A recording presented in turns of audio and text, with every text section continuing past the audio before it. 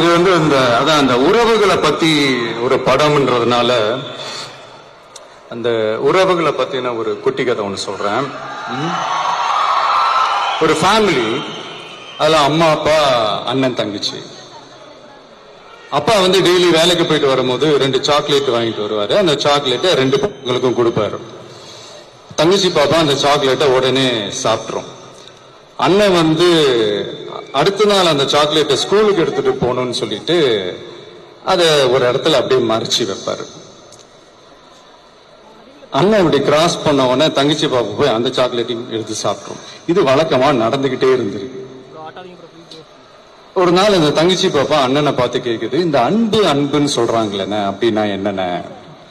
அதுக்கு அந்த அண்ணன் சொல்றாரு, நீ உன்னோட சாக்லேட்டையும் சாப்பிட்டுற, நான் மறைச்சு வச்சிருந்த சாக்லேட்டையும் சாப்பிட்டுற, ஆனா நீ சாப்பிடுவேன்னு தெரிஞ்சும் டெய்லி திரும்ப திரும்ப அதே இடத்துல உங்க அண்ணன் கொண்டு போய் வைக்கிறான் பேரு.